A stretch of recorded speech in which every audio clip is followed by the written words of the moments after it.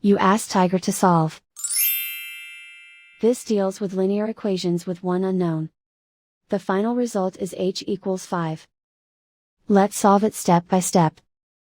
Group all constants on the right side of the equation.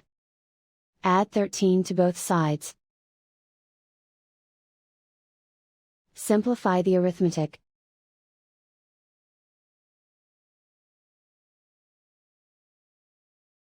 Isolate the h.